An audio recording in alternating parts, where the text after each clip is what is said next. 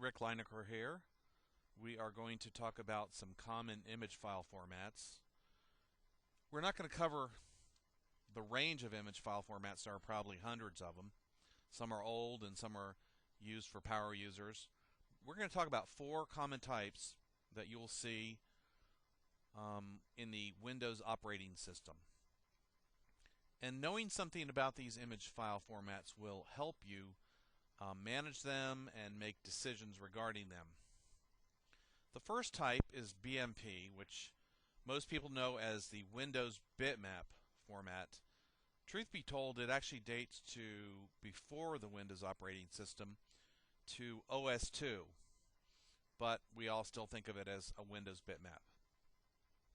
GIF, or some people say GIF, stands for Graphics Interchange Format, and this was actually pioneered by the CompuServe online service.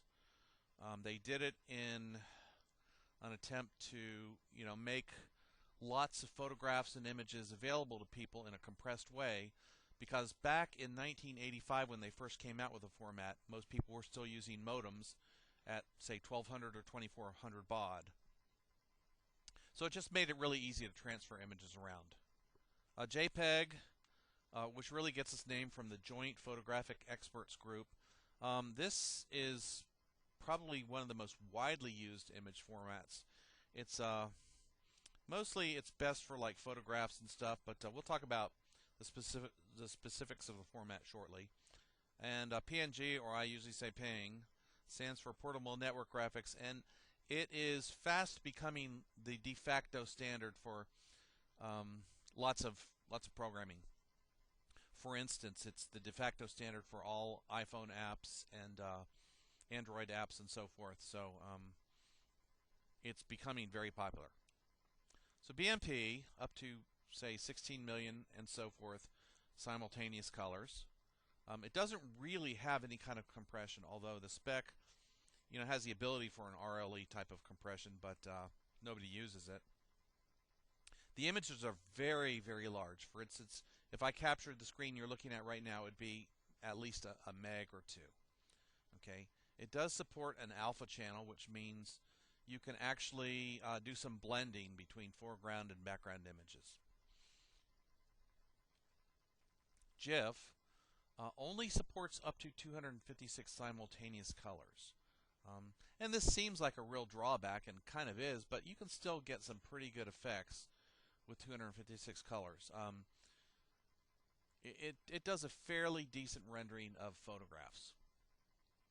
It uses what's known as LZW compression, which is a story of its own, because LZW is actually, the patent is owned by Unisys, and when CompuServe first came out with GIF, they didn't bother to get the rights from Unisys or permission or anything, and eventually it led to a lot of courtroom battles as far as the rights for the GIF file format.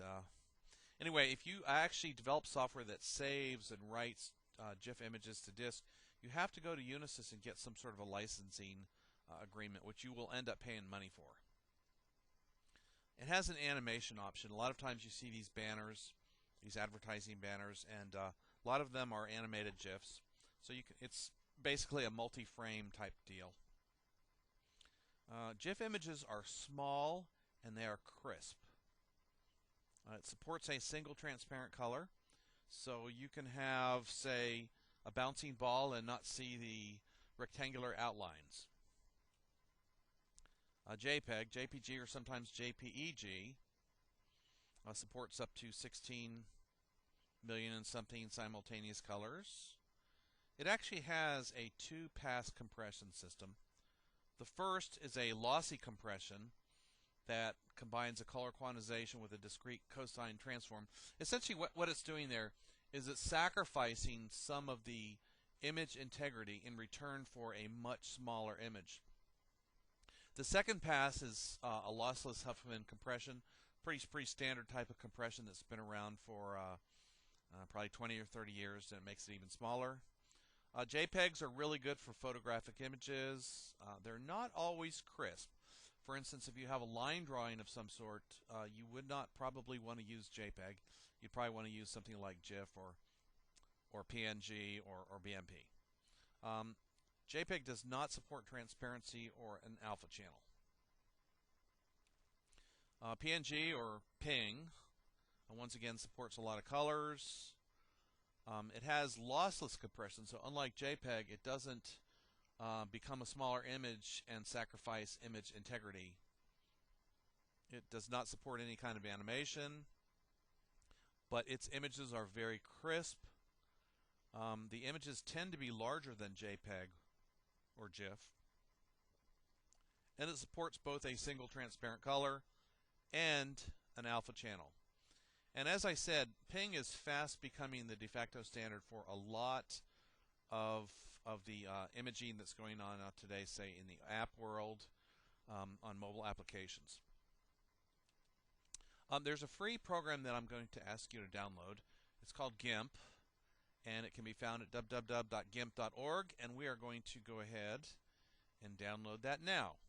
Okay, here I am at www.gimp.org, and I'm going to go to the Downloads tab here, or link, whatever you want to call it, and we're looking for GIMP for Windows.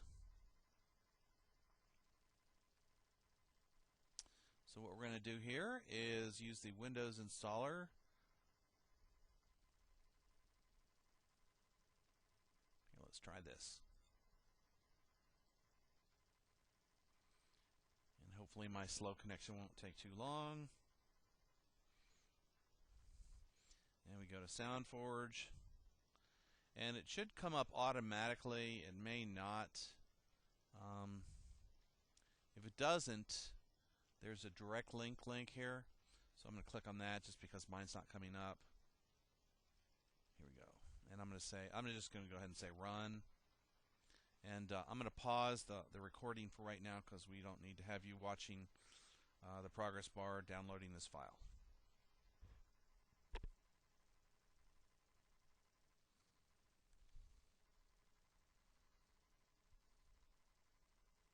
Okay, now we're going to run the software. And GIMP will go ahead and install. And pretty much you can take just all the default options.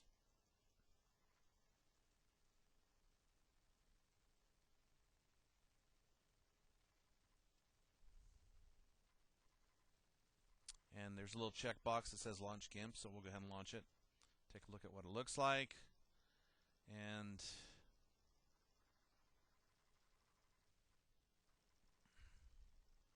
takes a minute. Initially, it goes through and does some setup stuff the first time it loads, so it'll take an extra few seconds when it first loads.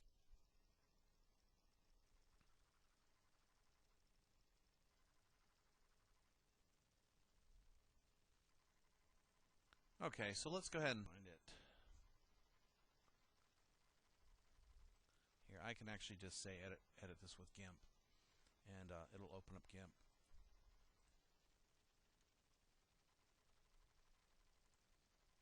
And load it in. So there's the file in GIMP, and now I can draw. Hate to do that to the elephant. But anyway, that's it. And I'm going to have an assignment on experimenting with GIMP. So best of luck.